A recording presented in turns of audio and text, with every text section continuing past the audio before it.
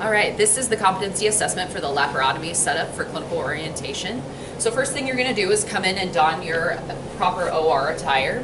So we need to put our hair cover on, and we need to make sure that all our hair is tucked in and that our ears are covered. So you want to make sure that it goes all the way around. Oftentimes there's a mirror that you can kind of check and make sure that there's nothing hanging out in the back. So we do have one here. So some people will wear two hair covers if you kind of tend to be one of those people that has stuff hanging out at the back. So we want to don the hair cover, and then we want to don the shoe covers. So remember, as a student, you will be required to wear shoe covers. As an employee, you may choose to buy a pair of shoes that you keep only in the facility, that you wear only in the OR, but as a student, you will have to wear shoe covers at all times. And we really recommend that you do, because it does protect them from getting dirty and getting blood and body fluids on top of your shoes.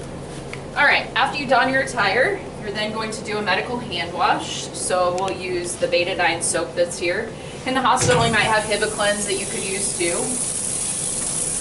Okay, remember, the medical hand wash is basically just a really thorough hand wash. And we want to go to just above the wrist, and you want to have the fingers pointed down.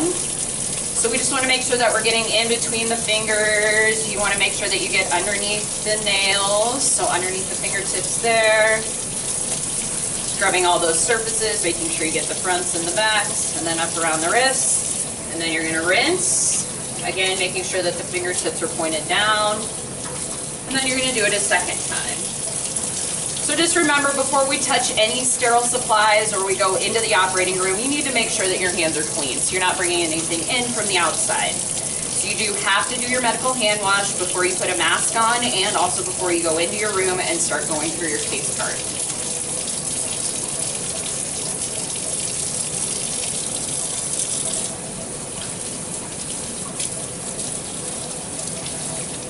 Okay. After that, we just dry off, of course, with paper towels, because we're not doing our sterile scrub. Now, I tell most students that you can put your mask on at this point. You don't have to have a mask on as you're going through the case cart. However, we've had lots of students forget to put the mask on before they start to open the room, so I really suggest that you put the mask on now. So pick whichever mask you prefer to wear.